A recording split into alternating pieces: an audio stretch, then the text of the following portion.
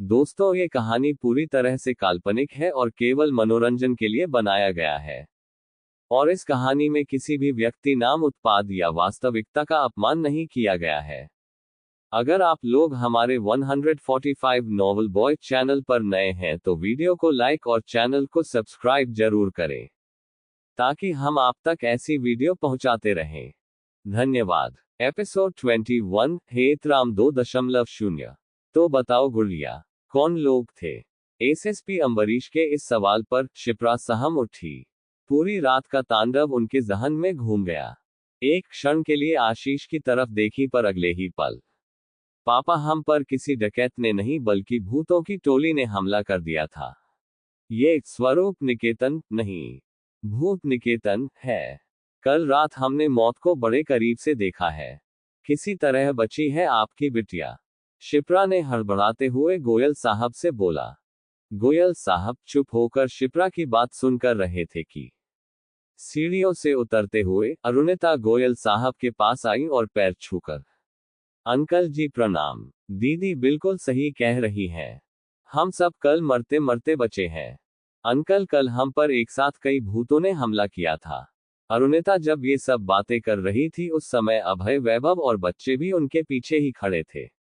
गोयल साहब का ध्यान शिप्रा की बातें सुनते सुनते अरुणिता की तरफ गया। उन्होंने अरुणिता की बातें भी ध्यान से सुनना शुरू कर दिया एवं गंभीर भाव से खड़े होकर दोनों को देखने लगे। आशीष, अभय और वैभव का ध्यान अब एसएसपी गोयल की प्रतिक्रिया पर था। वह कहने क्या वाले हैं इस पर था, लेकिन हुआ बिल्कुल विपरीत। गोयल साहब की वह गंभीर मुद्रा अचानक से कह कहा में बदल गई और वह ठहाके लगाकर हंसना शुरू कर दिए। एक तो भारी भरकम आवाज, ऊपर से ठहाके। बहुत खतरनाक कॉम्बिनेशन था। क्या भूत? Cold sweat smile, cold sweat smile, cold sweat smile, cold sweat smile. अपने साहब को ठहाके लगाकर हंसता देख उनका अर्दली भी लूटपोट होने लगा और पीछे खड़े सिपाही भी मुस्कुराना शुरू कर दिए, जैसे साहब का आदेश हो सबको एक साथ उनके पीछे हंसना है। ऐसी प्रतिक्रिया देखकर महिलाएं सन रह गईं। उन्होंने अपनी व्यथा को जिस प्रकार से बताया था उसका इस प्रकार से जवाब आना उन्होंने सोचा ना था। शायद उम्मीद नहीं की थी कि इस प्रकार की प्रतिक्रिया उस तरफ से मिलेगी। पर इसमें गलत भी क्या था? आखिर भूत प्रेत को कोई मानता भी है क्या? आखिर कौन मानेगा भूत प्रेतों को इस विज्ञान की दुनिया में? शिप्रा का मुंह बन गया। अरुणिता भी लज्जित होकर चुप हो गई। कि तभी सबसे पीछे खड़े अभय ने आगे की तरफ कूच किया। अभय के चेहरे पर गुस्सा देखा जा सकता था, पर एसएसपी के सामने गुस्सा दिखाए भी तो कैसे? सर, यह मजाक नहीं है। मैंने अपने दोस्त खोया है। एसएसपी अम्बरीश गोयल के ठहाकों पर थोड़ा ब्रेक लगा और उनके चुप होते ही पूरी पुलिस फोर्स भी चुप हो गई। दोस्त खोया है? What do you mean? Goyal साहब ने पूछा। सर, मेरा दोस्त हम सबकी मदद करने यहाँ आया था, डॉक्टर अगस्त्या जोशी। वो एक पैरानॉर्मल एक्सपर्ट था, पर कल रात इस घर में मौजूद साई उसे हम सब से दूर ले गए हैं। इतना बोलते ही अभय की आंखें भर आई और उनका गला पूरी तरीके से अवरुद्ध हो गया। इसके आगे अभय ने हाथ जोड़ा और एसएसपी गोयल से मदद की गुहार लगाई। हमारी मदद करिए सर। एसएसपी गोयल के अंदर का एक निर्भीक पुलिस अधिकारी जाग चुका था। वह एकदम सीरियस हो चुके थे और अपने अगले ही इशारे पर उन्होंने पुलिस की पूरी फोर्स को डॉक्टर अगस्त्या की खोज में लगाने का इशारा किया। पर एक प्रोटोकॉल के हिसाब से और कानूनी रूप से घर के मालिक की परमिशन अनिवार्य थी, तो उन्होंने शिप्रा और आशीष से पूछा, घर का मालिक कहाँ है? गोयल साहब ने पूछा। इस घर के मालिक अब इस दुनिया में नहीं है। उनकी जगह उनका वफादार नौकर हेतराम इस घर की देखभाल करता है, पर कल रात से वह भी यहाँ से गायब है। आशीष ने गोयल साहब को जवाब दिया। आशीष ने हेतराम का नाम लिया ही था कि एक और आश्चर्यचकित करने वाली घटना हुई। हेतराम की आवाज घर के सबसे ऊपर वाली छत से आई। वह बूढ़ी और भारी आवाज, वह नीली आंखों वाला वृद्ध आदमी। हेतराम ना जाने कब घर की छत पर प्रकट हो चुका था। और दिमाग की अवस्था तो सबकी तब हिल गई जब हेतराम दौड़कर नीचे आया। वो 80 साल का व्यक्ति आज 45 का लग रहा है, जैसे जवानी का काढ़ा पीकर आया हो। उसकी आंखों में एक नई चमक थी, त्वचा एकदम युवा सी मालूम पड़ रही थी। धनुष जैसी मुरली उसकी रीढ़ आज एकदम सीधी थी और सबसे हैरान करने वाली बात थी, उसका बायां हाथ चमत्कारी रूप से उत्पन्न हो चुका था। आज उसकी बाएं आस्तीन हवा में उड़ नहीं रही थी, बल्कि उसमें से एक हाथ का पंजा झांक रहा था। जी हाँ, वह बायां हाथ जो कंधे से कटा हुआ था, वो एकदम सुदृढ़ रूप ले चुका था। सबकी आंखें फटी की फटी रह गई थी हेतराम को देखकर, और अभय तो मानो उसकी तरफ कूद पड़ा था। पर उम्र का फायदा शायद ही किसी को हेतराम से ज्यादा मिला हो। हेतराम, तुम्हारा हाथ? आशीष ने चौंक कर पूछा। और हेतराम का वही पुराना खेल, सवालों को सुनकर अनसुना कर देना। खून तो पूरा खोल चुका था तीनों मर्दों का, बस उम्र का लिहाज का करके रुके हुए थे। हेतराम पर सभी बहुत पहले से शंकित थे, पर अब उनका शक यकीन में बदल बदल रहा था। शायद हेतराम भी कहीं ना कहीं इस पूरे घर की अनहोनी से जुड़ा हुआ है। उसे अब हेतराम 2.0 बोला जाए तो शायद गलत न हो। और हेतराम 2.0 ने आते ही एक चमत्कारी जवाब दिया, वो भी एसएसपी गोयल के मुंह पर। अरे मालिक, ये बाल धूप में सफेद नहीं हुए हैं? उद्धरण चिन्ह। बिना वारंट कैसे जांच करेंगे मालिक आप हमारे घर की? और दांत दिखाकर हंसना शुरू कर दिया। सबने दांतों को देखा तो उनकी संख्या भी अधिक थी। वो पोपला हेतराम शायद नई बत्ती सी लगवाए हुए था। सबने बस देखा पर कुछ बोला नहीं। ए बाबा, तुम मुझको कानून मत सिखाओ। नौकर हो, नौकर की तरह रहो। मालिक बनने की कोशिश मत करो। एसएसपी वारंट देता है, मांगता नहीं। हमें किसी भी संदिग्ध की जांच का अधिकार है, किसी की आज्ञा की आवश्यकता नहीं है, समझे? इस पर हेतराम 2.0 ने बड़े अजीबोगरीब लहजे में मुस्कुराना शुरू कर दिया, जैसे सब उसके हाथ में ही हो। किसी का डर ही नहीं था उससे, सब जानता था जैसे वो। और आखिर में बोला, मालिक, आज्ञा तो आपको लेनी ही पड़ेगी, आप ही एक मालिक थोड़े ही हो। इस वाक्य के बीच हेतराम का मोबाइल बोल पड़ा। उसने तुरंत सबसे अलग जाकर फोन उठाया, कुछ बात की, फिर जोर जोर से हंसने लगा, फोन काटा और वापस आकर बोला, खोज लीजिए मालिक पूरा घर, आज्ञा मिल गई आपको। एपिसोड 22, कमजोर दिल वाले न पड़े। खोज लीजिए मालिक पूरा घर, आज्ञा मिल गई आपको।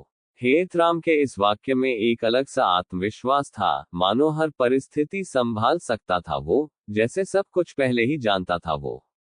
एसएसपी गोयल ने अपनी पूरी पुलिस फोर्स मानो स्वरूप निकेतन के भीतर उतार दी। जो कुछ पुलिस अफसर बचे थे, उन्हें स्वरूप निकेतन के चारों ओर जांच के लिए भेज दिया।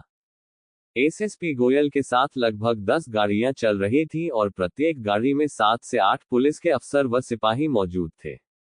तभी शिप्रा, आशीष, वैभव, अभय और अरुणिता के सामने मजबूत बूट की वह तड़तड़ की आवाज स्वरूप निकेतन के भीतर प्रवेश करती है।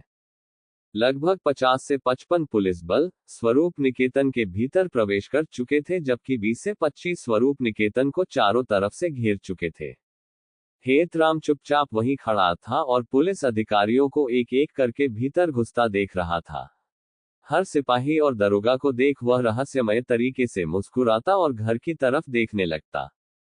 इसी बीच एसएसपी गोयल ने एक कड़ा आदेश दिया, inspector Narang and inspector Sharma, घर का चप्पा चप्पा छान मारो, कोई कमरा या कोई एरिया छूटने ना पाए। No problem sir, inspector Narang ने कहा। Don't worry, I will handle it, inspector Sharma ने कहा। पूरा स्वरूप निकेतन एक छावनी में तब्दील हो गया था। नजारा देखने लायक था। एसएसपी गोयल केवल एक वरिष्ठ पुलिस ही अधिकारी नहीं, बल्कि आशीष के ससुर भी थे। तो उन्हें कुर्सी देकर ग्राउंड फ्लोर पर ही बैठाया गया और शेष सभी भी उनके आसपास ही बैठ गए। इंस्पेक्टर नारंग और शर्मा ने पहले फ्लोर में ताले लगे कमरों को देखा और आगे की कार्यवाही की आज्ञा हेतु एक सिपाही को नीचे भेजा। सर, ऊपर की कमरों की चाबी मिल जाए तो कमरों की तलाशी हो जाए। इस पर एसएसपी गोयल ने हेतराम से कमरों की चाबी के बारे में कहा, परंतु कहाँ चाबी है मालिक, कमरे ना जाने कब से बंद हैं। कई कमरे तो अंदर से जाम हो गए हैं मालिक, क्या किया जाए, आप ही कुछ उपाय निकालिए। हेतराम ने भारी आवाज में आंखें बाहर निकालते हुए कहा। एसएसपी गोयल भड़क गए, बड़े बेवकूफ आदमी हो तुम, इतना बड़ा घर देख रहे हो और तुम्हारे पास घर के कमरों की चाबी नहीं है। ताले तोड़ दो। गोयल साहब ने सिपाही को तेज स्वर में आदेश दिया। सिपाही ने एसएसपी गोयल का आदेश गोली की रफ्तार में इंस्पेक्टर नारंग और इंस्पेक्टर शर्मा तक पहुंचा दिया। और नारंग और शर्मा तो जैसे इसी आदेश का इंतजार कर रहे थे।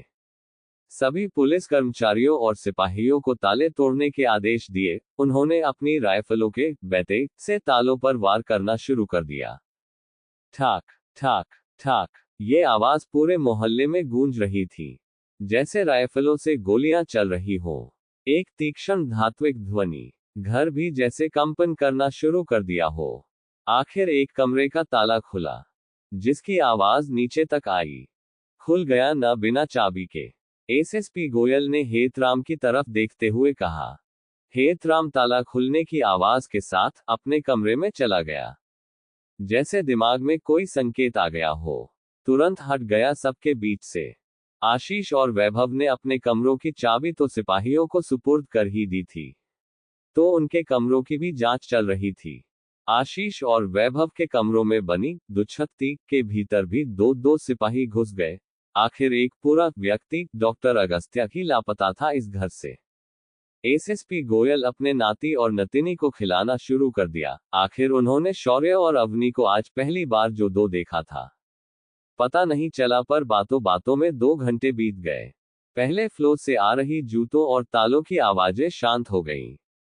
सबने ध्यान तो दिया, पर यही सोचा कि अब पुलिस सेकंड या थर्ड फ्लोर पर चली गई होगी, लेकिन अब आवाज कहीं से नहीं आ रही थी। एसएसपी गोयल तो बच्चों में मगन थे कि अभय ने बोला, सर एक बार ऊपर देख लिया जाए चल के, शायद कुछ मिल गया हो पुलिस को। अरे अभय जी डोंट वरी, पूरी सेना है ऊपर, भूत का भी भूत उतार देंगे। एसएसपी गोयल ने आत्मविश्वास के साथ बोला। गोयल साहब न तो ऊपर गए और न किसी से जाने को कहा, लेकिन अब धीरे धीरे सब शंकित हो रहे थे। देख जो चुके थे घर पर शैतानों के तांडव को, भूत लीला को। अरुणिता और शिप्रा की घबराहट अब साफ दिख रही थी। वैभव, अभय और आशीष तो खुद ही ऊपर चलकर देखने की तैयारी कर रहे थे कि गोयल साहब ने इन सबके चेहरे पढ़ लिए। अपना मोबाइल निकाला और इंस्पेक्टर नारंग का नंबर डायल किया, पर the number you are dialling is not reachable at the moment. अरे, ऊपर का नंबर ही नॉट रीचेबल। हा हा हा हा, एसएसपी गोयल ने जोर से हंसकर कहा। इसके बाद गोयल साहब ने इंस्पेक्टर शर्मा को डायल किया, लेकिन रिजल्ट वही आया। The number you are dialling is not reachable at the moment. गुड़िया, ऊपर नेटवर्क नहीं आता है क्या? लग रहा जियो का टावर नहीं है यहाँ पे। गोयल साहब ने शिप्रा से पूछा। आता है पापा, नेटवर्क की तो कोई दिक्कत नहीं है यहाँ पर, दबी आवाज में शिप्रा ने कहा। अब सबकी शंका बढ़ रही थी, क्या फिर से कोई अनहोनी शुरू हो चुकी थी? हवलदारों का नंबर तो एसएसपी साहब रखेंगे नहीं, और अगर रखेंगे भी तो डायल थोड़े ही ना करेंगे। कैडर और पोजीशन भी तो एक चीज होती है।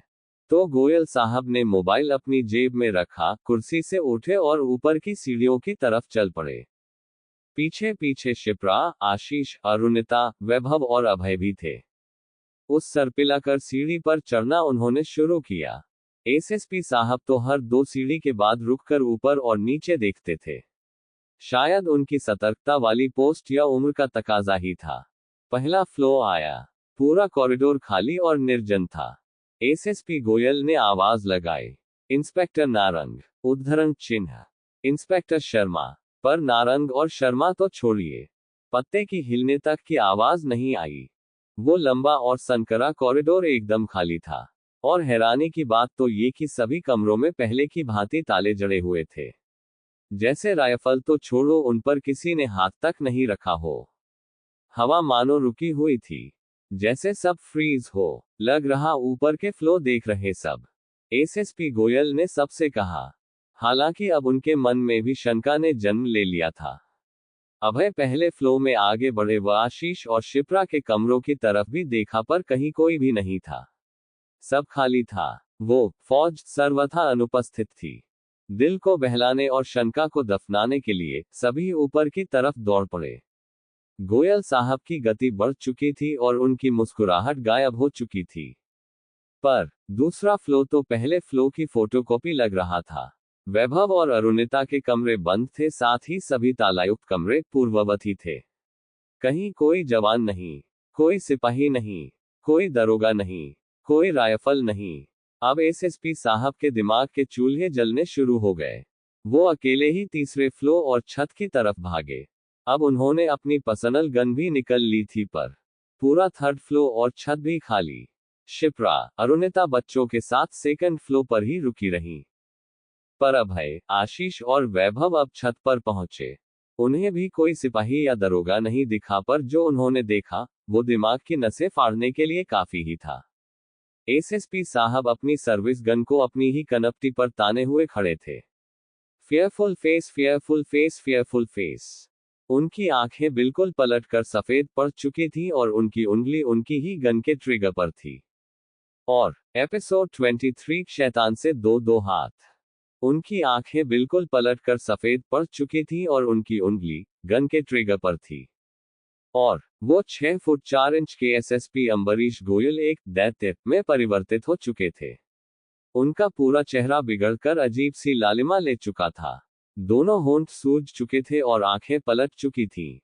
वैभव, अभय और आशीष के लिए यह मंजर आश्चर्य और भय की सीमाओं को तोड़ने वाला था। सर्विस गन के ट्रिगर पर उंगली को रखा देख तीनों गोयल साहब की तरफ कूद पड़े कि तभी वह 2 कदम और पीछे हो गए और भयानक से आवाज में बोले, मुझे मेरी गलती की सजा जरूर मिलनी चाहिए। मुझे अपने आप को खत्म करना ही पड़ेगा। मैंने बिना मालिक की अनुमति उनके घर की तलाशी ली है। जो उनकी आवाज मुख से निकली थी वह साधारण आवाज नहीं थी, उस आवाज में मानो ढेरों आवाजें मिली हो। कई स्वर यंत्र लग गए थे उनके गले में। उनकी भूतिया आवाज में पुरुष, स्त्री और पिशाच तीनों के ही योग थे। और जैसे ही एसएसपी गोयल बोल रहे थे, उनका पूरा शरीर कंपन कर रहा था। जैसे हर ध्वनि से उनका पूरा शरीर प्रभावित हो रहा हो। पापा, आप मेरी बात सुनिए। आप अपनी बेटी का ख्याल करिए। अपनी गुड़िया के बारे में सोचिए। आप गन फेंक दीजिए। आशीष ने एसएसपी गोयल से कहा। नहीं, मुझे मरना ही पड़ेगा। मैंने पाप किया है। उस डॉक्टर के चिथड़े भी तुम्हारी ही वजह से हुए हैं। पर तुम चिंता मत करो, तुम सबके भी वैसे ही चिथड़े होंगे। गोयल साहब ने दैत्य जैसी आवाज में कहा। अपने दोस्त डॉक्टर अगस्त्य का जिक्र दैत्य एसएसपी गोयल से सुनकर अभय का खून खौल उठा। लंबे चौड़े और हृष्ट-पुष्ट शरीर वाले अभय ने एसएसपी गोयल की तरफ छलांग लगा दी और गन वाले हाथ को अपने दोनों हाथों से पकड़ लिया। वैभव गोल मटोल थे तो उन्होंने अपने वजन का प्रयोग एसएसपी गोयल को रोकने के लिए किया और पीछे से दबोचने का प्रयास किया। जबकि आशीष एसएसपी गोयल के दूसरे हाथ की तरफ कूद पड़े। लेकिन एसएसपी गोयल की कद काठी और शारीरिक बनावट को संभाल पाना तीनों के लिए मुश्किल हो रहा था। हाथ तो छोड़िए, ट्रिगर से एसएसपी की उंगली हटा पाना ही टेढ़ी खीर मालूम हो रहा था। अभय का चेहरा देखने लायक था। गुस्से से तमतमाया हुआ, आंखें लाल लिया हुआ। अभय सही मायने में एक दूसरे दैत्य मालूम हो रहे थे। ये गुस्सा था अपने दोस्त की दोस्ती के लिए, उसके त्याग और उसके प्यार के लिए। तीनों ने काफी हद तक दैत्य गोयल को आगे ना बढ़ने दिया था, लेकिन तभी उस दैत्य गोयल ने अपनी बाईं कोहनी पीछे खड़े वैभव के सिर पर रसीद कर दी। वैभव 4 फुट पीछे उड़कर गिरे। पूरा जिम्मा अब आशीष और अभय पर आ गया। लेकिन पिशाच वाली शक्ति को धारण किए गोयल ने एक हाथ से आशीष, दूसरे हाथ की भुजा से अभय को जमीन से 2 फुट ऊपर उठा दिया। तो स्थिति कुछ ऐसी बन गई थी कि दैत्य गोयल ने आशीष और अभय जैसे 2 ताकतवर युवाओं को खिलौने की तरह हाथों से हवा में उठाया हुआ था। अभय और आशीष अपनी हर संभव कोशिश कर चुके थे, खुद को हर दिशा में मोड़ चुके थे, पर दैत्य गोयल पर कोई भी प्रभाव नहीं था। जमीन पर गिरे वैभव ने परिस्थिति को बिगड़ता हुआ देख लेते हुए ही अपनी भारी भरकम टांग से दैत्य गोयल के घुटने पर प्रहार किया। और पहली बार वह दैत्य गोयल जमीन पर झुक गया। पर अब गोयल ने आशीष को अपने बाएं हाथ से फेंक नीचे पड़े वैभव की गर्दन पकड़े ली और आसमान में उठा दिया। दाहिने हाथ की भुजा पर अभय और उसी हाथ की उंगलियों ने बंदूक पकड़ी हुई थी। दैत्य गोयल ने वैभव की गर्दन कुछ इस प्रकार पकड़ी थी जैसे प्लास्टिक की खाली बोतल को इंसान हाथों से क्रश करने का प्रयास करता है।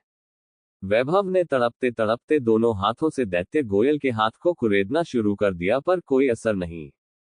अभय ने वैभव को अपने सामने तड़पते हुए देखा तो उसने अब खुद भी गन के ट्रिगर पर अपनी उंगली घुसेड़ दी और पूरी जान लगाकर ट्रिगर को दबा दिया।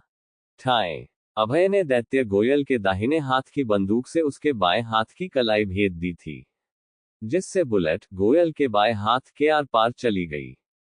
दैत्य गोयल के हाथ से निकले मांस और खून के लोथड़े छत की जमीन पर छींटे की तरह फैल गए थे। इससे गोयल की पकड़ वैभव की गर्दन से छूट गई और वैभव जमीन पर गिर गए। वैभव ने तो मानो मृत्यु लोक में कुछ क्षण बिता भी लिए थे। आंखें बाहर आ चुकी थी उनकी। अब दैत्य गोयल के दाहिने हाथ में गन और अभय फंसे पड़े थे। बंदूक की तेज आवाज से शिप्रा और अरुणिता बच्चों के साथ छत की तरफ भागे। आशीष और वैभव जमीन पर पड़े हुए थे। एसएसपी दैत्य गोयल ने अब गन को जमीन पर फेंक दोनों हाथों से अभय को हवा में तान लिया था कि तभी अभय ने क्रोध में चिल्लाते हुए कहा, मेरे दोस्त को तुझे वापस देना पड़ेगा। मुझे तू मार दे, पर मेरे दोस्त को वापस लौटा दे।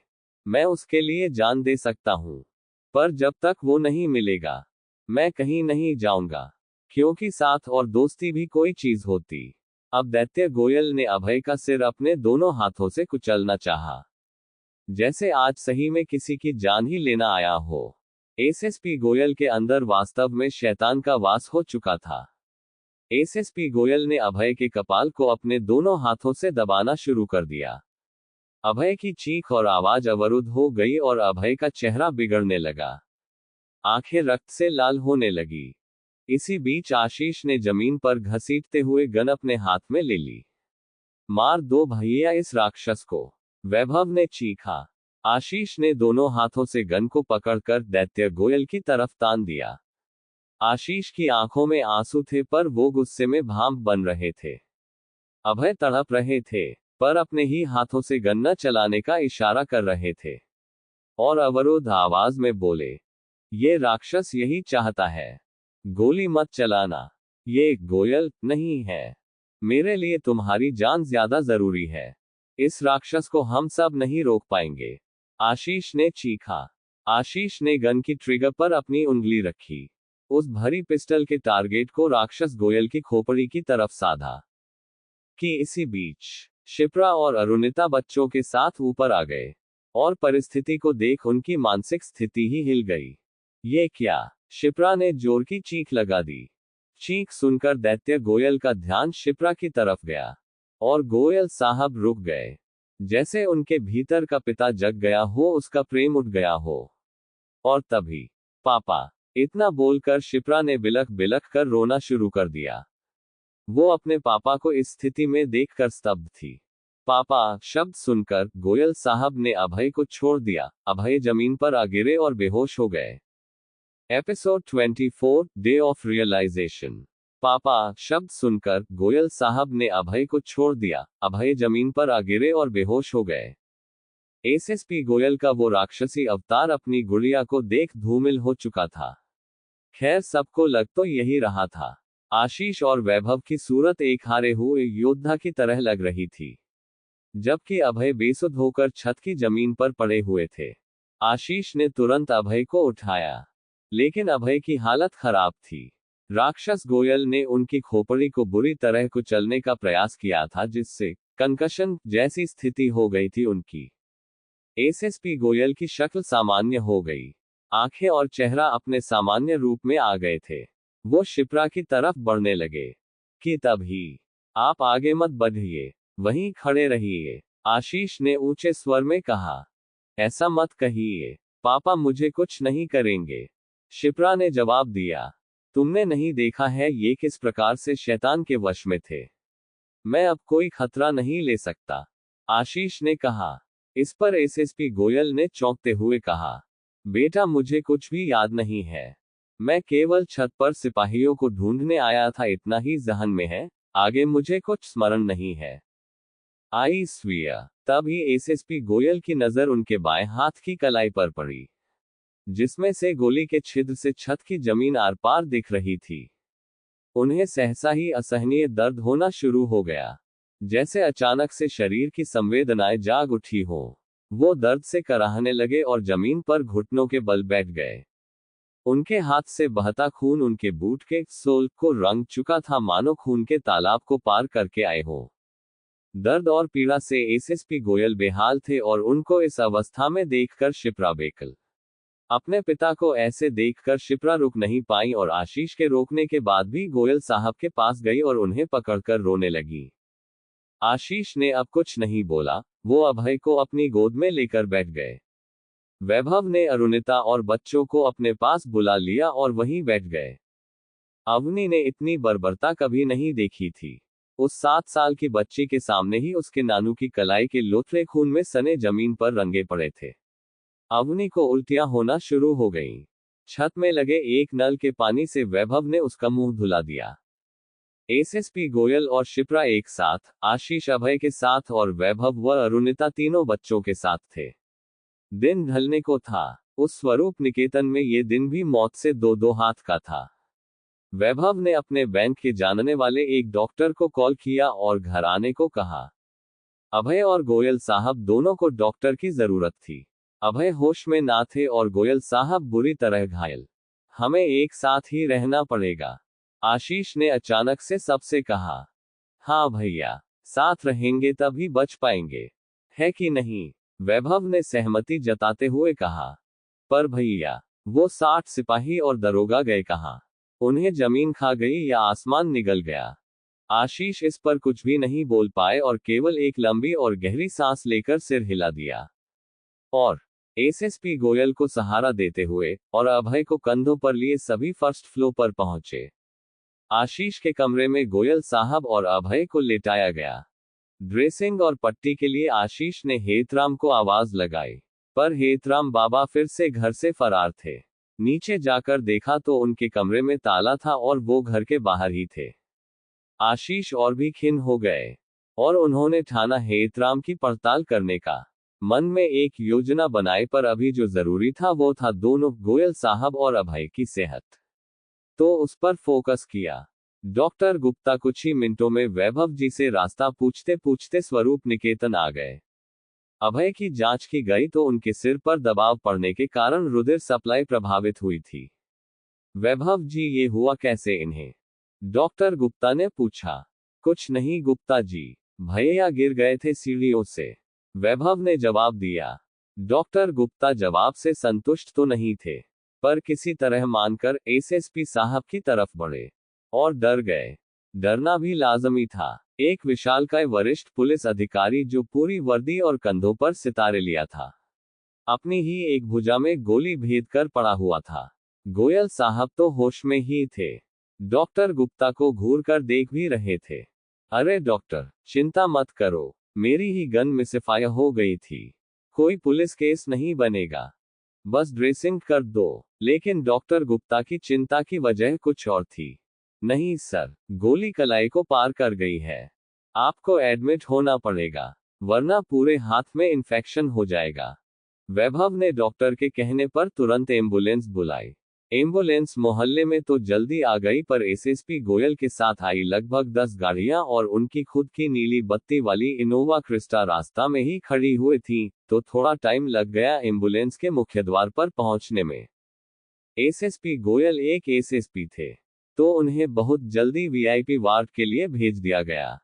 शिप्रा साथ जाने को बोल तो रही थी, पर आशीष और वैभव इस पर सहमत न थे और अगले दिन आने को कहा। दिन बीत गया और अभय जी को आखिरकार 4 घंटे बाद होश आया। सब उनके चारों तरफ ही बैठे हुए थे और अभय के पहले वाक्य थे, आप सब ठीक हैं ना? एसएसपी गोयल कहाँ है? अभय को पूरी घटना बताई गई। जब से वो बेहोश थे पूरा वर्णन उन्हें दिया गया, पर अभय जी का अगला वाक्य उनकी हताशा और अपनों को खोने के डर को जाहिर कर रहा था। आशीष भाई, यहां से चलते हैं, मैं एक और दोस्त को नहीं खो सकता, मैं हार चुका हूं। ये बोलते हुए अभय का गला भर आया। उन्होंने अपने ही हाथ से अपने आंसू पोंछते हुए हिम्मत भरी इस भूत निकेतन से निकलने की। ये घर नहीं, एक नर्क है, जहां शैतान का वास है। यहां इंसानों का कोई अस्तित्व नहीं है, अभय ने आगे कहा। पर डॉक्टर अगस्त्या, आशीष ने कहा, गोयल साहब की हालत देखकर लगता नहीं कि मेरा प्यारा दोस्त अब। और अभय फफकने लगे। आशीष ने अभय को गले लगा लिया। दोनों ही अपने आंसू नहीं रोक पा रहे थे। दोनों मन में अपने पुराने जीवन के सुखों को सोच वर्तमान की स्थिति पर रो रहे थे। क्या दिन थे वो, और किस अवस्था में हैं हम आज। हम कल सुबह होते ही यहां से चले जाएंगे, कहीं भी रह लेंगे, कम से कम जीवित तो रहेंगे, आशीष ने सबसे कहा। महिलाओं ने भी पूरी सहमति जताई। अगली सुबह मुक्ति का भाव लिए सभी सो गए। एक और रात बीत गई। इंसान अगर आज रोता है तो वजह अभी का दुख नहीं, बीते कल की खुशी भी हो सकती है। वो कमी आज की नहीं, बीते कल की पूर्णता भी हो सकती है। एपिसोड 25 आखिरी उम्मीद। सुबह के 4:30 हुए थे। स्वरूप निकेतन के सभी मेहमान गहरी नींद में सोए हुए थे। ये तो निश्चित ही है कि सबके सपनों में वो नई सुबह हुई होगी जहां कोई अनहोनी न होगी, कोई डरावना अनुभव न होगा, क्योंकि सब स्वरूप निकेतन से दूर जा चुके होंगे। पर स्वरूप निकेतन में कभी कुछ सामान्य हुआ भी है क्या? तो आज कैसे होता कि तभी अभय की गहरी नींद को चकनाचूर किया एक आवाज ने। अभय आशीष के बगल वाले कमरे में सोए हुए थे। आशीष, शिप्रा और बच्चे दूसरे कमरे में। अभय की आंखें खुल गईं। वो आवाज एक खटक जैसी थी। अभय अपने बेड पर उठ बैठे। कमरे में अंधेरा था तो उन्होंने अपना मोबाइल फ्लैश ऑन कर दिया। आवाज अभय के बेड के नीचे से ही आती हुई लगी। अभय अपने सिर की चोट से अभी भी पूरी तरह ठीक नहीं हो पाए थे तो उन्होंने किसी तरह सिर झुकाकर बेड पर बैठे ही नीचे देखने का प्रयास किया। आवाज तेज हो गई। खट खट खट खट खट खट। अभय बेड से उतर गए, झुके और अपनी फ्लैशलाइट से बेड के नीचे देखने का प्रयास किया। रोशनी में देखकर ऐसा लगा जैसे कुछ कंपन जैसा हो रहा हो। अभय झुककर जमीन पर बैठ गए और घुटनों के बल बेड के नीचे अंदर की तरफ बढ़ने लगे। ध्यान से देखा तो बेड के नीचे रखा एक ब्रीफकेस कंपन कर रहा था। आवाज भी उसी ब्रीफकेस से आ रही थी, जैसे उसके अंदर से कुछ बाहर आना चाह रहा हो। अभय की आंखें ये देखकर और बड़ी हो गईं कि वो ब्रीफकेस डॉक्टर अगस्त्या का था। डॉक्टर अगस्त्या अपने रिसर्च वर्क और पैरानॉर्मल गैजेट्स उसी ब्रीफकेस में रखा करते थे। गायब होने के दिन डॉक्टर अगस्त्या ने मोमबत्तियां और अभिमंत्रित लकड़ी उसी ब्रीफकेस से निकाले थे। अभय ने ब्रीफकेस के हैंडल को हाथ से पकड़ा तो उस ब्रीफकेस की आवाज और कंपन कई गुना तेज हो गए। सही कहा जाए तो कोई कमजोर बाजुओं वाला उसे पकड़कर नहीं रख सकता था, इतना तेज हिल रहा था वो। अभय ने ब्रीफकेस को एक हाथ से बाहर निकाला और दूसरे हाथ से कमरे की लाइट ऑन कर दी। उस तड़पते ब्रीफकेस को अपने बेड पर रखा। पूरा बिस्तर हिलना शुरू हो गया और उसके भीतर की आवाज और प्रत्यक्ष हो गई। कमरे की लाइट को जलता देख आशीष भी डरकर उठ गए और अभय के कमरे में आ गए। क्या हुआ अभय भाई, ये क्या है? आशीष ने कांपते ब्रीफकेस की तरफ देखकर पूछा। ये बेड के नीचे पड़ा, ऐसे ही हिल रहा था तो मैंने बाहर निकाला है। ये अगस्त्या का ब्रीफकेस है, अभय ने जवाब दिया। भाई खोलिए इसे, पर जरा सावधानी से, आशीष ने अभय से कहा। इतना बोलकर आशीष भी अभय के बगल में आकर खड़े हो गए। ब्रीफकेस के सामने अभय ने उस तड़पते हुए ब्रीफकेस का हैंडलॉक खोला, पर आशीष ने ब्रीफकेस को ऊपर से अपने दोनों हाथों से दबाए रखा था। रिस्क नहीं लेना चाहते थे अब दोनों, और अब लेंगे भी कितना। ब्रीफकेस का हैंडलॉक खुलते ही वो बिल्कुल स्थिर हो गया। ब्रीफकेस के कंपन और आवाजें एकदम शांत हो गईं। लेकिन जैसे ही उसे खोला गया, उसके भीतर एक सफेद कागज में लिपटी एक छोटी प्लेट जैसी वस्तु रखी हुई थी। कंपन और आवाज शायद उसी में से आ रहे थे। अभय ने कागज में लिपटी उस वस्तु को हाथ में उठाया। इसके बाद ब्रीफकेस अपने आप बंद हो गया। इसमें क्या है भाई? आशीष ने अभय से पूछा। अब तो खोलने पर ही पता चलेगा, अभय ने कहा। अभय ने कागज को धीरे धीरे अनफोल्ड करना शुरू किया। कागज काफी मोटा था, जैसे ड्राइंग पैड के इस्तेमाल में आता हो। उस सुनसान सुबह में कागज की हर परत खुलने पर अलग ही ध्वनि बिखेर रही थी। आखिरकार कागज पूरी तरह खुल गया। उस चौकोर कागज के बीच में एक गोल कंपास सुई रखी हुई थी, जो लाल धागे रोली से बंधी हुई थी। कंपास सुई या कंपास एक चुंबकीय सुई होती है जिसकी दोनों भुजाएं पृथ्वी की उत्तर दक्षिण दिशा में रुकती हैं, जिसका उपयोग वैज्ञानिक एवं खोजी दिशा ज्ञान में करते हैं। उस कंपास सुई में रोली इस प्रकार बंधी हुई थी जैसे उसे रक्षा प्रदान कर रही हो। रोली के धागे से कंपास के ऊपर एक प्लस जोड़ की आकृति बनी हुई थी। अभय ने रोली को खोला नहीं। वो समझ गए थे कि अगर वो डॉक्टर अगस्त्या के पर्सनल सामानों में है तो कुछ खास ही होगी। पर तभी एक आश्चर्यचकित करने वाली घटना हुई। जैसे ही अभय ने कंपास सुई कागज से हटाई, सफेद कागज में कुछ लिखा हुआ था। वो था, find me before I die. ये वाक्य पढ़कर अभय जैसे पुनर्जीवित हो गए। क्या डॉक्टर अगस्त्या ने ये संकेत पहले ही लिखा था? क्या वो अभी भी जीवित है? ये सवाल उनके मन में कौंध गए। अभय आश्चर्य से बेड पर बैठ गए। आशीष तो हैरानी से मुंह बहाए खड़े ही रह गए। वो दोनों ही डॉक्टर अगस्त्या की स्थिति के बारे में सोच ही रहे थे कि कंपास सुई में अचानक से तेज कंपन शुरू हो गया। वो अभय के हाथों से छूट जमीन पर आ गिरी और अगले ही पल उसके अंदर की सुई ने चारों दिशाओं में तेजी से घूमना शुरू कर दिया। गोल गोल, एकदम घड़ी की सुई की भांति, पर बहुत ज्यादा तेज गति से। अरे ये क्या है? आशीष ने घूमती सुई को देखते हुए कहा। पर कंपास की सुई लगातार घूमती जा रही थी, बिना धीमे हुए या रुके, अनवरत गति से। अभय और आशीष आंखें फाड़कर उस कंपास सुई को देख रहे थे। आखिर वो बताना क्या चाहती थी? इतनी ही देर में शिप्रा भी उठ गई और आशीष को इस कमरे में देख वो भी यहां आ गई। शिप्रा के हाव भाव भी वैसे ही थे जैसे उन पुरुषों के।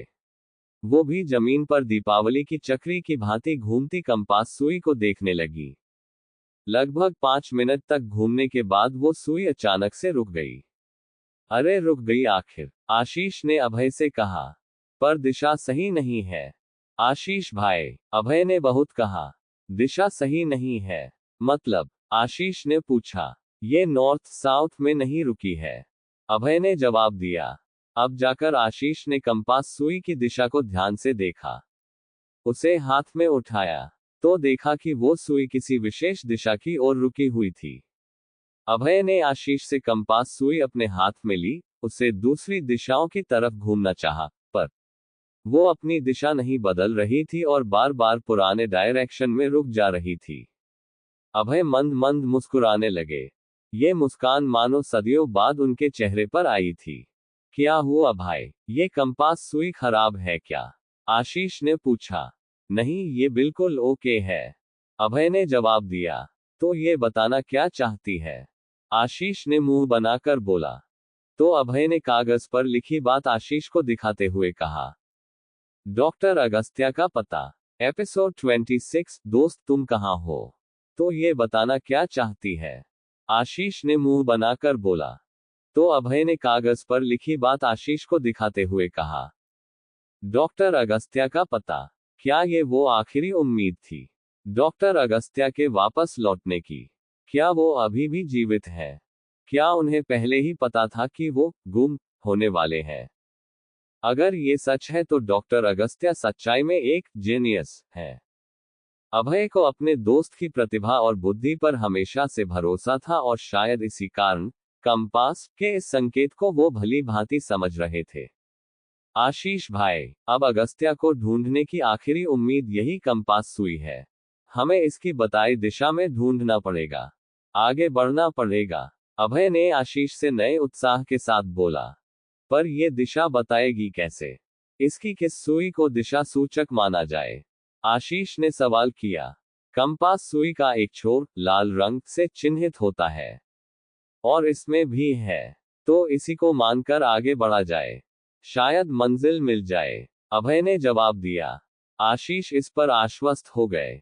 शिप्रा ने भी सिर सकारात्मक में हिला दिया।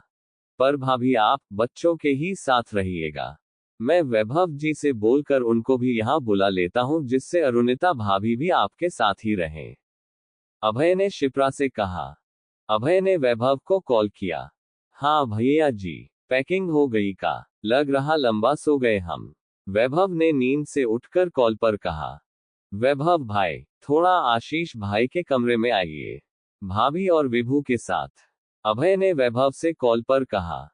यह सुनकर वैभव ने मोबाइल पर टाइम देखा और गड़बड़ की आशंका होने पर अरुणिता को उठने को कहा। और अगले 3 मिनट में वैभव की फैमिली भी आशीष के कमरे में थी। सब कंपास सुई को घेर कर खड़े हो गए। वैभव को सारी बात बताई गई। शिप्रा और अरुणिता से कमरे में ही रहने को कहा गया। तीनों बच्चे तो अभी भी नींद में ही थे, तो उनकी नींद तोड़ी भी नहीं गई। तो जी शुरुआत हुई डॉक्टर अगस्त्य की खोज की। अभय बीच में, जबकि उनके दाहिने तरफ आशीष और बाईं तरफ वैभव खड़े हो गए। लाल रोली में लिपटी कंपास सुई अभय ने अपने हाथ में पकड़ ली और सुई की दिशा के अनुरूप वो तीनों आशीष के दूसरे कमरे के दरवाजे से बाहर निकलने लगे। सुई दाहिनी तरफ मुड़ने लगी तो वो कॉरिडोर की सीध पर आ गए। अब तीनों के सामने लंबा और खाली कॉरिडोर मौजूद था और सुई का इशारा उस पर ही सीधे आगे चलने का था। तीनों एक एक कदम करके आगे बढ़ने लगे। शिप्रा और अरुणिता कमरे के दरवाजे पर आकर बाहर झांकने लगी। आखिर वो जाएंगे कहां पर, ये चल रहा था महिलाओं के मन में। कॉरिडोर खत्म होने को आ गया। सीढ़ियों का जीना दिखाई देने लगा। अब किधर जाना है? कंपास सुई ऊपर और नीचे तो नहीं बता पाएगी ना? आशीष ने पूछा। पर वैभव का भी यही सवाल था। इस पर अभय भी वहीं रुक गए और सीढ़ी के ऊपर और नीचे देखने लगे। अब कहां जाना है? सुई तो सीधा ही बता रही है, अभय ने खुसफुसाकर कहा। इतना कहने की देर थी कि वो कंपास सुई ऊपर की तरफ मुड़ने लगी। एकदम क्षैतिज सुई लाल चिन्ह की तरफ से ऊपर की ओर तिरछी होने लगी। सुई इतनी तिरछी हो गई कि अपने कांच के गोल बॉक्स से टकराने लगी। सुई की इस दिशा की तरफ देखते हुए सबने सीढ़ियों के ऊपर देखना शुरू कर दिया। तीनों एक साथ ऊपर देखने लगे। सुई का इशारा साफ था, अब उन्हें सीढ़ियों से ऊपर चढ़ना था। अभय आगे आगे और आशीष वैभव पीछे पीछे। एक एक करके वो सीढ़ियों की पौड़ी चढ़ रहे थे। साथ ही उनकी धड़कनें भी पौड़ियां चढ़ रही थी। न जाने क्या देखने को मिलने वाला है। खैर, दूसरे फ्लो का जीना आ गया।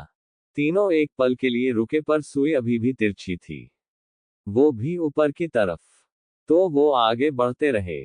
सुबह के 5 ही हुए होंगे तो सीढ़ियों में रोशनी न थी और 0 वॉट के बल्ब तो 0 ही थे।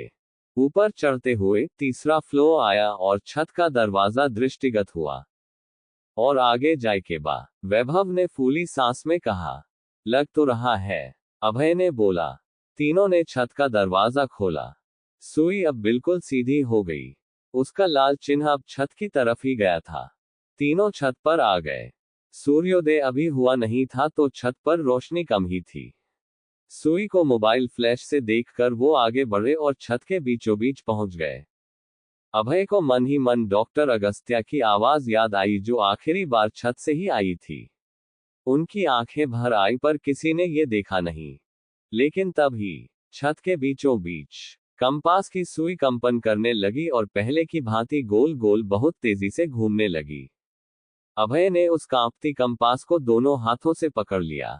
कुछ मिनटों की उथल पुथल के बाद सुई शांत हो गई और वो फिर से ऊपर की तरफ तिरछी होने लगी। सुई का लाल निशान ऊपर की तरफ मुड़ने लगा। आशीष और वैभव आश्चर्य से अभय की तरफ देखने लगे। अब तो ये आसमान की तरफ इशारा कर रही है, आशीष ने हैरानी से कहा। पर अब कहां जाएं? आकाश की तरफ मुड़ती सुई तो और भयभीत कर रही थी, क्योंकि वो तीनों ऑलरेडी स्वरूप निकेतन की सबसे ऊपरी छत पर खड़े हुए थे। सुई का कंपन अब संभालने लायक नहीं रह गया, जैसे वो कंपास सुई ब्लास्ट हो जाएगी और उसकी सुई ऊपर की तरफ तिरछी होती गई। इधर तीनों की स्थिति देखने लायक थी, बेकल और बेबस। ऐसा लग रहा था जैसे ऊपर आकर उन्होंने कोई गलती कर दी थी। क्या ये जादुई सुई उनकी सही में मदद कर रही थी? उस मध्यम रोशनी में ऊपर देखने का कोई अर्थ तो नहीं था कि तभी अभय के चेहरे पर आसमान से खून की एक गाढ़ी बूंद आकर गिरी। टप। लेकिन जब तीनों ने आसमान की तरफ देखा तो वहां एपिसोड 27, तुम्हें पाताल से निकाल लाऊंगा। अभय के चेहरे पर आसमान से खून की एक गाढ़ी बूंद आकर गिरी। टप।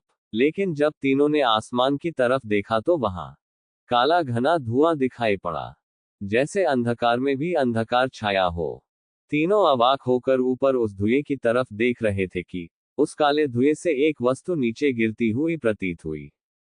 वो वस्तु थी डॉक्टर अगस्त्या का पतले फ्रेम वाला चश्मा, जो वो अक्सर पहना करते थे। चश्मा आसमान से तीनों के बीचों बीच गिरा और उसका लेंस चकनाचूर हो गया। अरे ये तो अगस्त्या का चश्मा है, वो ये स्पेक्स हमेशा पहनते थे, अभय ने चश्मे को देखकर कहा। आशीष और वैभव ने भी सहमति जताई।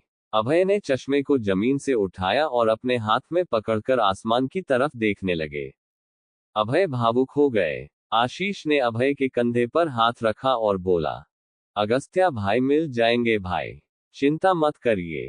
काफी देर तक उस खाली आसमां की तरफ देखकर वो वहीं खड़े रहे, पर उन्हें एहसास हो चला था कि शायद डॉक्टर अगस्त्या की कंपास सुई उनका ही पता बता रही थी।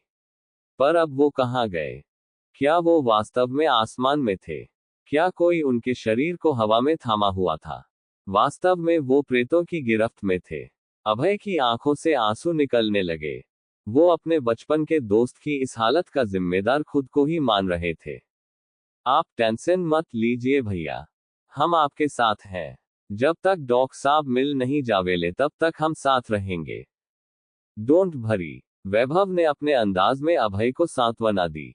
वैभव जी के डोंट भरी के साथ कंपास सुई में पुनः कंपन शुरू हो गया और कंपास सुई अभय के हाथ से छूटकर नीचे जमीन पर गिर गई। पर इस बार सुई नीचे की तरफ मुड़ रही थी, एकदम तिरछी नीचे की ओर, और अब तीनों ने अपनी गति बढ़ाई हुई थी। शायद यही मौका था डॉक्टर अगस्त्या को ढूंढ निकालने का। अभय तुरंत कंपास हाथ में उठाकर सीढ़ियों से नीचे की तरफ भागे। आशीष और वैभव ने पीछे दौड़ लगा दी। दिन खिल गया था तो रोशनी भी अब ज्यादा हो गई थी। तीनों दूसरे फ्लोर पर आ गए, पर सुई अभी भी मुड़ी ही थी नीचे की ओर। अभय एक हाथ में डॉक्टर अगस्त्य का टूटा चश्मा पकड़े थे और दूसरे में सुई। आशीष और वैभव साथ निभाते हुए अभय को फॉलो कर रहे थे। कंपास के सिग्नल को देखते हुए तीनों ग्राउंड फ्लोर तक आ गए। अरुणिता उन्हें फर्स्ट फ्लोर से देख रही थी, जिन्हें वापस कमरे में भेज दिया गया। अभय, वैभव और आशीष तीनों अब सबसे नीचे की सीढ़ी पर खड़े थे कि एक भारी आवाज सुनाई पड़ी। क्या हुआ मालिक, क्या ढूंढ रहे हैं? ये हेतराम था। किसी ने उसका जवाब नहीं दिया। सब नीचे जीने के पास आकर खड़े हो गए और कंपास को देखने लगे। वो परेशान इस वजह से थे क्योंकि कंपास अभी भी नीचे का डायरेक्शन ही दे रही थी। इस पर हेतराम सामने आकर ही खड़ा हो गया और उसने फिर से वही सवाल पूछा, क्या ढूंढ रहे हैं मालिक? अब वैभव ने कहा, कुछ नहीं बाबा, आप अपना काम करो। पर हेतराम कहीं नहीं गया और उधर ही खड़ा रहा और तीनों को आंख फाड़कर देखता रहा। उसकी नजर उस कंपास पर गड़ी हुई थी। लगभग 15 मिनट तक तीनों वहीं खड़े रहे, पर सुई जस की तस बनी रही। समझ ही नहीं आ रहा था कि अब और नीचे कहां जाएं। यही तो ग्राउंड फ्लोर है, सबसे निचला हिस्सा है घर का। कि तभी हताशा और निराशा में अभय ने जमीन पर अपना पैर पटका, जैसा कि एक आम आदमी अक्सर करता है। और विश्वास मानिए, यही वो समय था जिसने उस खोज को पूरी तरह से बदल कर रख दिया। पैर की थाप उस पक्की जमीन पर लकड़ी पर चोट जैसी लगी, जैसे किसी ने लकड़ी के दरवाजे पर नॉक किया हो। तीनों में मानो नए प्राण फूंक दिए गए हो। अभय ने अब 2-3 थापे और मारी। अब तीनों ने आवाज का अंतर गौर से नोटिस किया। इसी बीच वैभव ने जीने के किनारों पर भी अपने पैर पटके, पर वहां की आवाज पथरीली थी। इधर लकड़ी जैसा कोई अनुभव नहीं हुआ। अभय अब सक्रिय हो गए। उन्होंने कंपास सुई आशीष को पकड़ा दी और खुद हाथों से जमीन का लकड़ीनुमा हिस्सा कुरेदने लगे। और हेतराम पगलाने लगा। उल्टी पलटी हरकतें करनी शुरू कर दी, जैसे नौटंकी में प्रतिभाग कर रहा हो। और तब ही अभय को सीढ़ियों के बिल्कुल नीचे जमीन पर एक चौकोर खांची दिखाई पड़ी। ये खांची धूल और मिट्टी से पाटी गई थी। ये तो तहखाना लग रहा है। अभय ने चौंक कर ऊंची आवाज में कहा, तहखाना। अब वैभव और आशीष ने एक साथ बोला, तहखाना। सुनकर हेतराम मेन गेट की तरफ भाग खड़ा हुआ। इतनी गति कि पहली बार देखने वाले को विश्वास ही ना हो कि बुढ़ऊ इतना तेज भी दौड़ सकते हैं। अभय ने अपनी उंगलियां उस खांची में लगाई और तहखाने के दरवाजे को खोलने की कोशिश शुरू की। अभय ने अपनी पूरी ताकत लगाना शुरू कर दिया, पर उस तहखाने के दरवाजे में कोई कब्जा या हैंडल नहीं था, तो काम थोड़ा कठिन था। ऊपर से इतने पुराने दिख रहे तहखाने को खोलना लगभग जमीन को उधेड़ने जैसा था। अभय ने तहखाने को खोलने में इतना जोर लगा दिया कि उनकी चीख निकल गई, जिसे सुनकर दोनों महिलाएं और बच्चे पहले फ्लो की रेलिंग पर आ गए और झांकने लगे।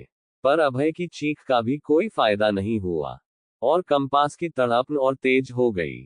किसी तरह आशीष उसे दोनों हाथों से दबोचे हुए थे। अभय को परास्त देख वैभव आगे बढ़े और जोर जागना शुरू किया। फिर वैभव को कंपास पकड़ाकर आशीष ने, पर तहखाने का दरवाजा अटल था, अडिग था। ये नहीं खुलेगा भैया, पूरा जाम बा, वैभव ने अभय और आशीष से कहा। पर वो अभय ही थे जिन्हें अपने दोस्त को पाताल से भी ढूंढ निकालने की उम्मीद थी। अपने दोस्त की सिद्धि पर पूरा विश्वास था। उन्होंने फिर से प्रयास किया। अब सुई वैभव के हाथ में थी। उसका कंपन वही था, नीचे की तरफ झुकाव लिए हुए। अभय ने अब पूरी जान लगाकर उंगलियां खांची में फंसाई, जैसे सब कुछ देने को तैयार थे। इस बार महिलाएं सीढ़ियों की तरफ आ गईं। मिल जाओ मेरे यार, अभय ने बेबस होकर चीखा। अभय की आवाज में गड़गड़ाहट थी और उनके इस वाक्य से हैरतअंगेज तरीके से वैभव की हाथ में रखी कंपास सुई के ऊपर बंधा लाल रोली का धागा अपने आप खुल गया और उड़कर बड़े जादुई तरीके से अभय के दाहिने हाथ की कलाई पर बंध गया। अभय ये देखकर स्तब्ध से रह गए और उस दैवीय रोली के धागे ने न जाने कौन सी शक्ति दी अभय के हाथों को। वो जन्मों से बंद पाताल सरीखे तहखाने का दरवाजा धात्विक ध्वनि से खुल गया और उसके भीतर एपिसोड 28 मृत तहखाना और उस दैवीय रोली के धागे ने न जाने कौन सी शक्ति दी अभय के हाथों को। वो जन्मों से बंद पाताल सरीखे तहखाने का दरवाजा धात्विक ध्वनि से खुल गया और उसके भीतर एक अकेली गहरी सीढ़ी दिखाई पड़ी, जो अनंत गहराई की प्रतीत हो रही थी। इतनी नीचे गई थी कि उसमें अंधेरे को भी रोशनी की जरूरत पड़ जाए। अभय सीढ़ी देखकर स्वरूप निकेतन के रहस्य को अनसुलझा होते हुए देख रहे थे। अब इसके अंदर क्या है, किस लिए बनाया गया होगा इसे। अभय ने मोबाइल फ्लैश ऑन किया और अपना पहला कदम उस रहस्यमय तहखाने की पहली सीढ़ी पर रख दिया। मैं भी आ रहा हूं भाई, अकेले मत जाना, आशीष ने अभय का हाथ पकड़कर कहा। आप जाएंगे तो हम भी आएंगे आशीष भैया, ये वैभव ने कहा। पर अनहोनियों के उस घर में सारे मर्दों का किसी तहखाने में एक साथ घुस जाना एक बचकाना हरकत होती। तो अभय ने अकेले ही जाने की योजना बनाई, लेकिन आशीष इस पर बिल्कुल भी सहमत न हुए। आखिर में वैभव को बाहर की स्थिति का ध्यान रखने के कहा गया। अभय और आशीष तहखाने की सीढ़ी पर आगे बढ़े। अभय सीढ़ियों पर उतरने लगे और आशीष ने भी तहखाने में प्रवेश किया। वैभव ने तहखाने का दरवाजा पकड़ा हुआ था, लेकिन जैसे ही अभय और आशीष अंदर गए, तहखाने का दरवाजा अपने आप ही बंद हो गया। तड़ाक! तहखाने का इस प्रकार बंद हुआ दरवाजा वास्तव में डराने वाला था। वैभव तो चौंका 1 फीट पीछे जा गिरे। वैभव ने इसके बाद पूरी जान लगाकर तहखाने के दरवाजे को खोलने के प्रयास किया, परंतु वह पूर्णतः असफल रहे। कई बार तहखाने के दरवाजे को पीटा, यहां तक कि मुख्य दरवाजे के बाहर पड़े कुछ पत्थरों को भी तहखाने के गेट पर मारा, लेकिन कुछ न हुआ है। तहखाने का दरवाजा पूर्व की भांति पूरी तरह सील हो गया था, जाम हो गया था। भगवान से प्रार्थना करते हुए वैभव तहखाने के दरवाजे के बगल में ही बैठ गए। अगर भीतर का वर्णन किया जाए तो वो ऐसा प्रतीत हो रहा था जैसे पूरा स्वरूप निकेतन नीचे भी बसा हो। बड़े बड़े खाली स्थान, बड़े बड़े वीरान खंडहर उस सीढ़ी के दोनों तरफ दिखाई पड़ रहे थे, लेकिन किसी की भी आकृति, किसी का भी आकार निश्चित ना हो पा रहा था, इतना अंधेरा था वहां। सीढ़ी बिल्कुल सीधी थी, बिना किसी सीमेंट प्लास्टर, पुराने पत्थरों से बनी सीढ़ी थी वो। उसके दोनों तरफ किसी भी प्रकार की रेलिंग या दीवार मौजूद नहीं थी जिसका सहारा लिया जा सके। और एक चीज जो बहुत ज्यादा परेशान कर रही थी, वो थी उस तहखाने के भीतर मौजूद एक अत्यंत सड़ी हुई दुर्गंध जो कि सीढ़ी के भीतर जाते जाते बढ़ती ही जा रही थी। अभय के हाथ पर अभी भी रोली बंधी हुई थी और कंपास सुई उन्होंने खुद हाथ से पकड़ी हुई थी। मोबाइल आशीष को दे दिया गया था, जिसे अभय नहीं फिर से अपने हाथ में ले लिया ताकि आगे चलते हुए रोशनी से वह मार्ग को सही सही देख पाए। उस अनंत जैसी सीढ़ियों पर चलते हुए आशीष ने पीछे से कहा, क्या इनका कोई अंत है? लौट चले क्या अभय भाई? लेकिन अभय के अंदर तो मानो एक दूसरी ही ऊर्जा दौड़ रही थी। वह अभी भी कंपास की सुई को ही देख रहे थे और उसके निशान को ही फॉलो करे रहे थे। उन्हें भरोसा था अपने दोस्त के मिलने पर, डॉक्टर एक्सिया की सिद्धि पर। वह आगे चलते रहे और आशीष का हाथ पकड़े रहे। लगभग आधा घंटे सीढ़ियों पर उतरने के बाद अंधकार और घना हो गया। अब तो मोबाइल की फ्लैश लाइट तुच्छ महसूस हो रही थी, जैसे अंधकार से हार रही हो, अपने हाल पर रो रही हो। इसी बीच एक आवाज आई, एक औरत के रोने की, जैसे बिलख रही हो, जिंदगी के लिए तड़प रही हो और कोई उसकी जान ले रहा हो। उसकी आंखों में आंसू नहीं खून हो। बीच बीच में चुप हो रही, जैसे इनकी तरफ देख रही हो, लेकिन फिर से बिलखना शुरू कर रही हो। ये क्या है? कौन रो रहा है? आशीष ने फुसफुसाते हुए अभय से कहा। शशिश। अभय ने आशीष को चुप रहने के लिए कहा। अभय ने समझदारी का प्रमाण देते हुए अपने नजर सीढ़ियों की तरफ ही रखी। अगल बगल वो बिल्कुल नहीं देख रहे थे। लाइट भी सीढ़ियों की ही तरफ थी, न ऊपर, न दाएं, न बाएं। आशीष घबरा रहे थे क्योंकि उनको अंत नहीं दिखाई पड़ रहा था कि वह जा कहां रहे थे, पीछा किसका कर रहे थे। सड़े मांस की गंध बिल्कुल वैसी थी जैसा उस रात प्रेतों के आक्रमण के समय महसूस हुई थी जब डॉक्टर अगस्त्या गायब हुए थे। खौफ का मंजर तो कुछ ऐसा था कि उनकी आंखें भी अपनी कनखियों को देखना नहीं चाहती थी, किनारों को खोजना नहीं चाह रही थी। दोनों का गला बिल्कुल सूख चुका था, शरीर में कंपन सा होने लगा था कि अचानक वह पत्थर की बनी भूतिया सीढ़ी हिलने लगी, जैसे भूकंप सा आ गया हो। ऐसा लग रहा था जैसे कोई भारी भरकम वस्तु है सीढ़ियों पर जो उन दोनों के साथ कदमताल कर रही हो। और धीरे धीरे वो पैरों की थाप पीछे से अभय और आशीष के कदमों के पास आती महसूस हुई। लगा जैसे एकदम आशीष के पीछे आ गई हो। पीछे मत देखना आशीष भाई, अभय ने बिना पीछे मुड़े धीमे से कहा। इस पर आशीष ने कांपते हुए केवल हम बोला और अभय के साथ नीचे उतरते रहे। लेकिन जो आशीष को महसूस होने वाला था वह शायद आशीष ही समझ सकते थे, क्योंकि आशीष के पीछे आती हुई आकृति ने अपना बड़ा और भयानक सा सिर आशीष ने दाहिने कंधे के आगे निकाल दिया था। आशीष उसे अपने दाहिने कंधे के आगे आता देख सकते थे। वो एक सड़ी हुई इंसानी खोपड़ी थी, जिस पर चमड़ी का सड़ा गला अंश चिपका हुआ था। वो खोपड़ी हड्डियों के कड़कड़ाने की आवाज के साथ मुड़कर आशीष को देखने लगी। आशीष को उसका बायां हिस्सा ही दिख रहा था, जिस पर बाएं आंख की जगह पिसुओं से भरी गोल संरचना ही दिख रही थी। आशीष ने अभय के हाथ को जोर से झटका दिया। जबान तो आशीष डर से निगल ही चुके थे, तो बताते कहां से। पर जब तक अभय उनके इस संकेत को समझ पाते, उस प्रेत ने आशीष को पीछे से जोर का धक्का दे दिया। हा हा हा हा हा, ये उस प्रेत की हंसी थी जो पूरे तहखाने में गूंज गई। आशीष और अभय का हाथ छूट गया और दोनों सीढ़ियों पर नीचे की तरफ लुढ़कते हुए गिरने लगे और उस तहखाने के पहले तल पर आ गिरे। जी हाँ, उस अनंत सीढ़ी का अंत एक कच्ची जमीन के फ्लो पर हुआ था, जिससे आगे फिर एक वैसी ही सीढ़ी और गहराई पर दिख रही थी। आशीष ने अपने कपड़ों से धूल झटक कर आगे गिरे अभय से कहा, चोट तो नहीं लगी भाई? भाई, उसने मुझे धक्का दिया। पर अभय ने कोई जवाब न देते हुए अगली सीढ़ी की शुरुआत की ओर चलना शुरू कर दिया।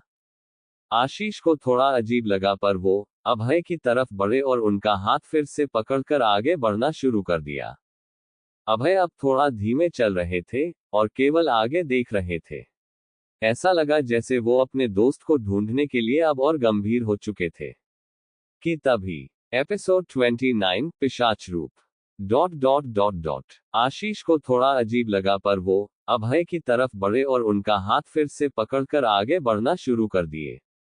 अभय अब थोड़ा धीमे चल रहे थे और केवल आगे देख रहे थे।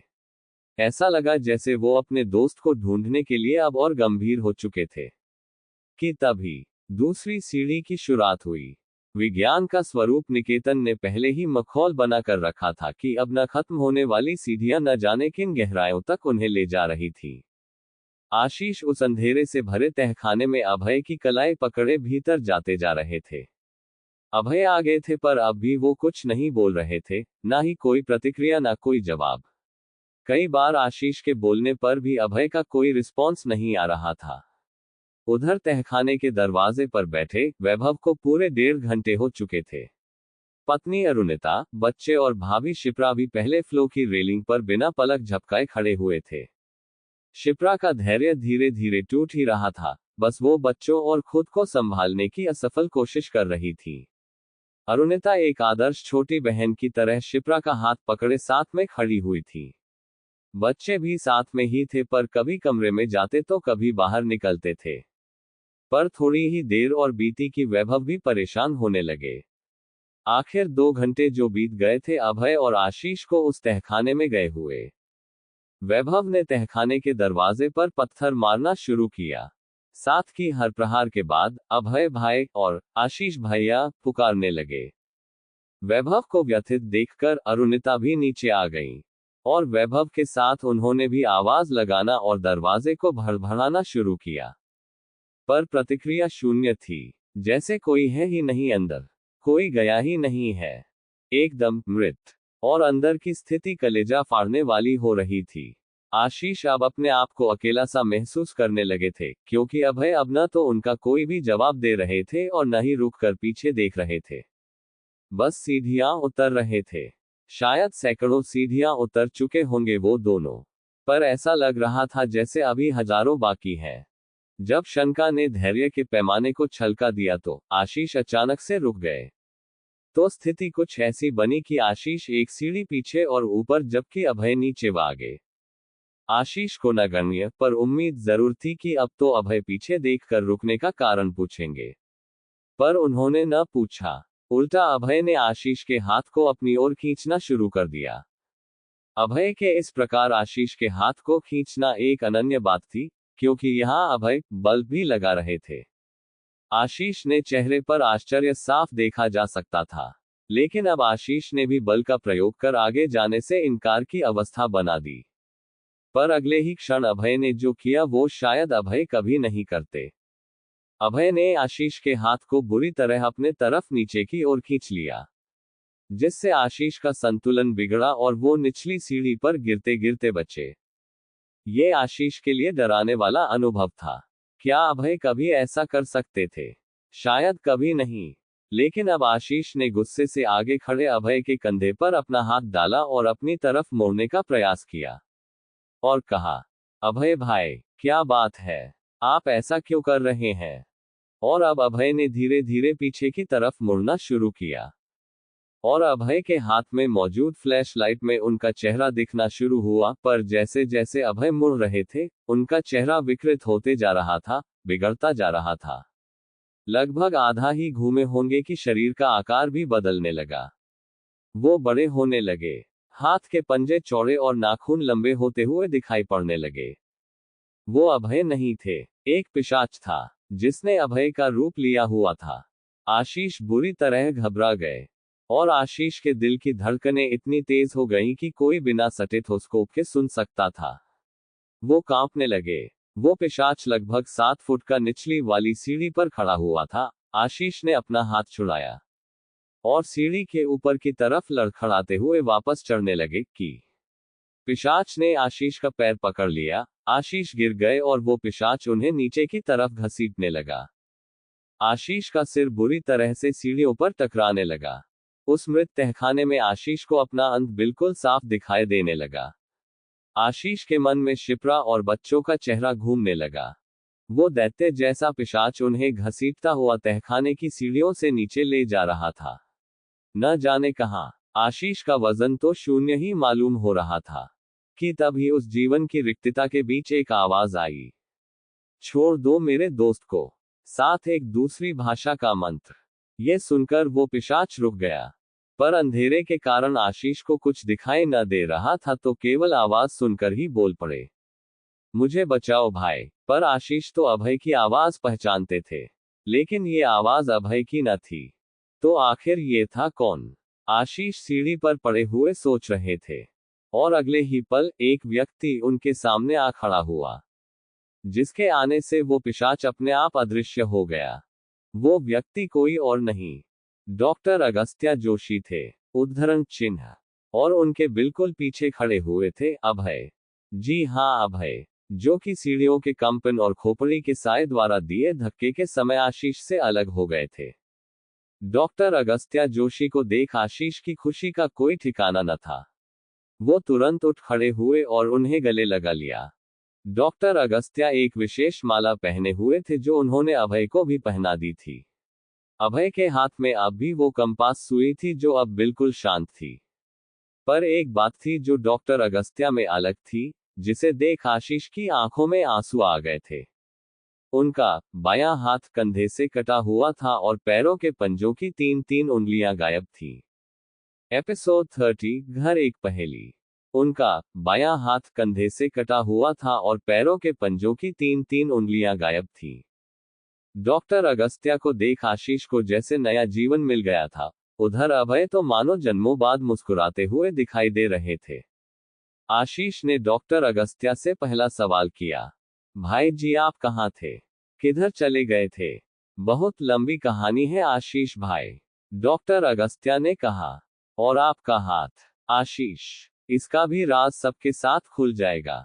डॉक्टर अगस्त्या, पर सबसे पहले इस तहखाने से बाहर निकलना पड़ेगा, जिसके लिए विज्ञान और दैवीय दोनों शक्तियां इस्तेमाल करनी पड़ेंगी। डॉक्टर अगस्त्या ने आशीष और अभय से कहा। तो हुआ कुछ ऐसा था कि अभय सीढ़ी से गिरने के बाद कंपास की मदद से आगे बढ़ रहे थे, जहां उन्हें एक चारदीवारी से घिरी जगह के अंदर डॉक्टर अगस्त्या बंधे दिखाई पड़े थे। दैवीय रोली की शक्ति द्वारा अभय डॉक्टर अगस्त्या को स्वतंत्र करने में सफल हुए थे। अगस्त्या साहब सही मायने में परम ज्ञानी थे। तहखाने में कैद होने के बावजूद अपनी सिद्धि और दूरसंचार प्रयोग से कंपास को जागृत कर दे रहे थे। अब स्थिति कुछ ऐसी थी कि डॉक्टर अगस्त्या सबसे आगे, उनके पीछे अभय और सबसे पीछे आशीष मौजूद थे। डॉक्टर अगस्त्या एक अलग ही तेज प्राप्त कर चुके थे, और रोली के टुकड़ों को स्वयं और आशीष जी की कलाई पर बांधकर आगे बढ़ रहे थे। अभय पहले ही रोली अपने हाथ पर पहने हुए थे। वो सीढ़ियों पर ऊपर की तरफ बढ़ने लगे। जैसे जैसे वो ऊपर की ओर बढ़ रहे थे, विविध प्रकार के सायों से सामना भी हो रहा था। कोई बिना पैरों का था, कोई बिना धड़ का, कोई खून के आंसू रो रहा था, तो कोई खून की उल्टियां कर रहा। सब प्रेतों की मंशा उन्हें रोकने की ही थी, लेकिन डॉक्टर अगस्त्या और उनकी अभिमंत्रित रोली वो शक्ति थी जो उन्हें सबसे सुरक्षित रखी हुई थी। पर अगस्त्या, आप यहाँ कैसे आए? आपकी कंपास सुई ने हमें छत का रास्ता भी बताया था। क्या आप वहां भी थे? अभय ने सीढ़ी पर चढ़ते हुए डॉक्टर अगस्त्या पूछा। सब बताऊंगा भाई, इस घर के सारे राज बताऊंगा, पर सबसे पहले हमें यहाँ से बाहर निकलना पड़ेगा, डॉक्टर अगस्त्या ने कहा। इतना कहकर डॉक्टर अगस्त्या आगे चल पड़े और उनके पीछे अभय और आशीष भी बढ़ते रहे। डॉक्टर अगस्त्या फ्लैश लाइट जलाते हुए आगे बढ़ रहे थे कि सबको तहखाने में गूंजती हुई सुनाई पड़ी एक कांपती हुई बुरी आवाज। तुम में से कोई भी मेरे अस्पताल से नहीं जा पाएगा जब तक मैं तुम सबकी बीमारियों को खत्म नहीं करूंगा, किसी को नहीं छोड़ूंगा। जो मेरे साथ हुआ वही तुम सबके साथ होगा। ये आवाज सुनकर डॉक्टर अगस्त्या ने सबसे रुकने का इशारा किया। अभय और आशीष भी रुक गए। सभी अपने चारों ओर देखने लगे, ऊपर नीचे दाएं बाएं। सब सोच रहे थे कि आवाज आ कहां से रही है। इसी बीच डॉक्टर अगस्त्या ने बोलना शुरू किया। कौन सा अस्पताल? कौन हो तुम? तुम्हारे साथ क्या हुआ है? मुझे बताओ, मैं तुम्हारी मदद कर सकता हूँ। अगस्त्या के सवालों के जवाब का इंतजार इस अंधेरे तहखाने में सब करने लगे और शांत होकर सुनने लगे। उम्मीद तो थी कि आवाज आएगी, पर आवाज नहीं आई। अगस्त्या भाई, आगे बढ़ा जाए क्या प्रेत भी कोई जवाब देगा? आशीष ने कहा। नहीं आशीष भाई, थोड़ा रुकिए, डॉक्टर अगस्त्या ने कहा। डॉक्टर अगस्त्या ने अपनी सिद्ध संवेदनाओं पर भरोसा किया और थोड़ी देर वहीं पर रुके रहे, आगे नहीं बढ़े। और हुआ भी ऐसा ही। फिर से एक आवाज आई, जहां तुम हो वो मेरा अस्पताल है, मैं इसका मालिक हूं, मैं अपने मरीजों की मदद करता हूं, मरीज मेरी नहीं। उद्धरण चिन्ह। ये सुनकर डॉक्टर अगस्त्या ने आगे कुछ नहीं कहा और आगे निकलने लगे, सीढ़ियां चढ़ने लगे। ऐसा लग रहा था जैसे डॉक्टर अगस्त्या को जो जानना था वो उन्हें पता चल चुका था। आगे कुछ पूछने की आवश्यकता उन्हें महसूस नहीं हुई।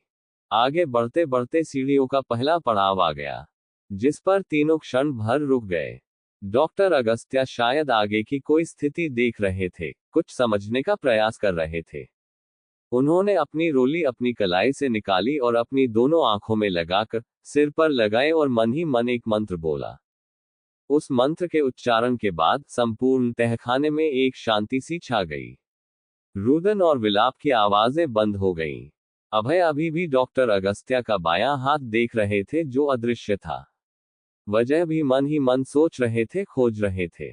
वो अनजान मकान मालिक की आवाज भी अब शांत थी, पर इन तीनों के मन में कई सवाल अंकुरित कर चुकी थी। धीरे धीरे तीनों आगे बढ़ते गए और सीढ़ियों की अंतिम पंक्ति तक पहुंच गए। अभय और आशीष महिलाओं और बच्चों के लिए भी चिंतित थे। वो क्या कर रहे होंगे, परेशान हो गए होंगे। और वैभव भाई के बारे में क्या बोला जाए, कितनी फिक्र करते हैं वो, कितने अच्छे हैं वो। ये विचार सोचते और खुले आसमान की रोशनी की तलाश में तीनों आगे बढ़ते रहे। डॉक्टर अगस्त्या ने अपने हाथ और पैरों की उंगलियों के बारे में अभी भी कुछ बताने से इनकार ही किया था। सही समय आने पर सब बता दूंगा। उद्धरण चिन्ह। खैर अंतिम सीढ़ी आ गई। डॉक्टर अगस्त्या ने अपनी कलाई से तहखाने के दरवाजे को धक्का दिया, पर दरवाजा नहीं खुला। डॉक्टर अगस्त्या चौंक पड़े। ये संभव नहीं था कि अभिमंत्रित रोली से ये दरवाजा न खुले। उन्होंने पुकार लगाई, वैभव भाई, दरवाजा खोलिए। पर किसी ने दरवाजा नहीं खोला। अभय और आशीष ने भी आगे बढ़कर दरवाजे को धक्का देना शुरू किया, लेकिन दरवाजा नहीं खुला। अभय ने तहखाने की सीढ़ी के पास पड़े एक भारी पत्थर से तहखाने के दरवाजे को पीटना शुरू किया। दरवाजा हिलने लगा। मेरी मौजूदगी में ये दरवाजा कोई भी प्रेत शक्ति बंद नहीं रख सकती। मुझे लग रहा किसी ने बाहर से इसे बंद किया हुआ है, डॉक्टर अगस्त्या ने कहा। दरवाजे को खुलता देख अभय और आशीष ने एक साथ पत्थर से उस पर प्रहार कर दिया और तहखाने का वो दरवाजा खुल गया। तीनों बाहर निकले तो उन्हें दरवाजे के किनारे पड़ा एक सीमेंट का भारी स्लैब दिखाई पड़ा। शायद किसी ने तहखाने के दरवाजे के ऊपर इसे रखा था। उन्होंने ग्राउंड फ्लोर पर देखा तो कोई भी वहां मौजूद न था। आशीष भागकर पहले फ्लोर की तरफ गए तो उनके कमरे पर बाकी कमरों की तरफ एक ताला लगा हुआ था। दूसरे फ्लोर के वैभव के कमरे का भी वही हाल था। तीनों ने पूरे घर का चप्पा चप्पा छान लिया पर उन्हें कोई भी न दिखाई पड़ा। आशीष और अभय अपना सिर पकड़कर बैठ गए।